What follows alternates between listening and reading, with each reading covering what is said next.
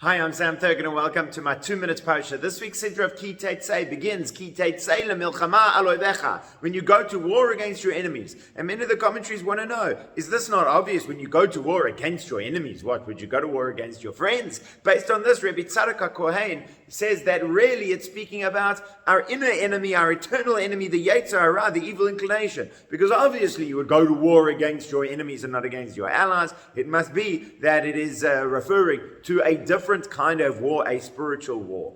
I would, however, humbly like to suggest, Pshutoka Mashma'or, the Torah is saying exactly what it means when you go to war against your enemies. And in response to the question, do you think you would go to war against your friends? Sadly, experience has taught me yes. Yes, human nature is such that we absolutely and consistently go to war against our friends. Those who love us, those who care about us, those who we love.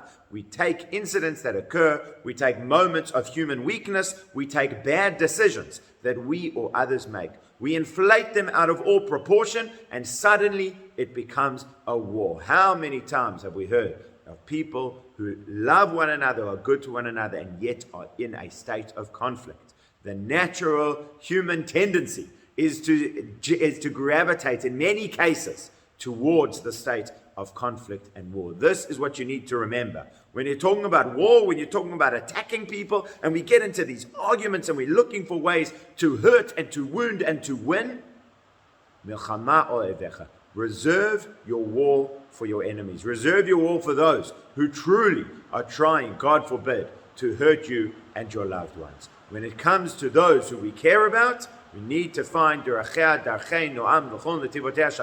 ways of the Torah are pleasant and its paths are peace. We need to find a way to bring ourselves and them back into a place of love and peace, not to win, but to reconcile.